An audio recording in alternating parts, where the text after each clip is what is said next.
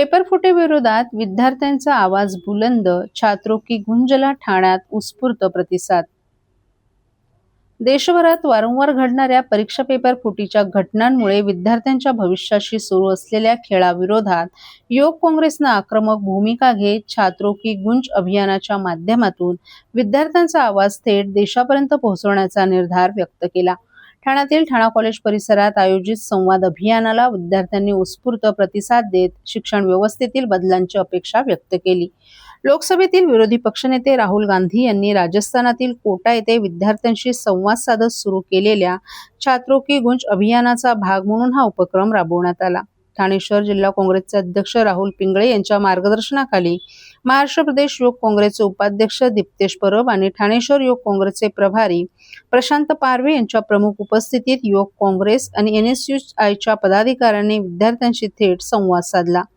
यावेळी विद्यार्थ्यांनी परीक्षा पेपर फुटी, भरती प्रक्रियेतील अनियमितता, स्पर्धा परीक्षांमधील अडथळे आणि शिक्षण व्यवस्थेतील विविध समस्यांबाबत आपली मतं मांडली। अभियानासाठी उपलब्ध करून देण्यात आलेल्या QR कोड आणि मोबाईल क्रमांकाच्या माध्यमातून मोठ्या संख्येने विद्यार्थ्यांनी आपल्या प्रतिक्रिया नोंदवत शिक्षण क्षेत्रात पारदर्शकता आणि विश्वासार्ह व्यवस्था उभारण्याची मागणी केली।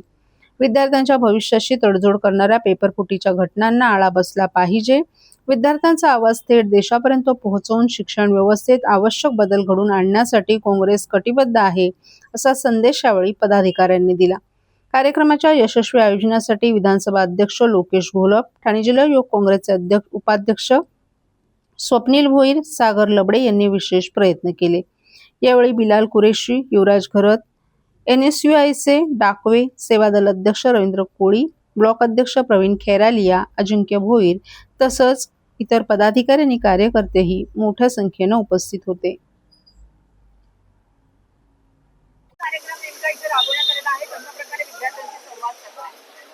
जी देशामध्ये विद्यार्थ्यांची सगळ्यात मोठी फसवणूक चालू आहे, पेपर लीक, याच्या विरोधात छात्रों की गुंज आमचा राहुल गांधी साहेबांनी जी मोहीम छेडलेली आहे, या मोहिमेच्या अंतर्गत आम्ही या आज ठाणा कॉलेजच्या बाहेर सर्व विद्यार्थ्यांना याची कल्पना देत आहोत। स्कॅन करून ते आपली मतं मांडत आहेत आणि आम्हाला शिक्षण मंत्र्याचा राजीनामा हवाय।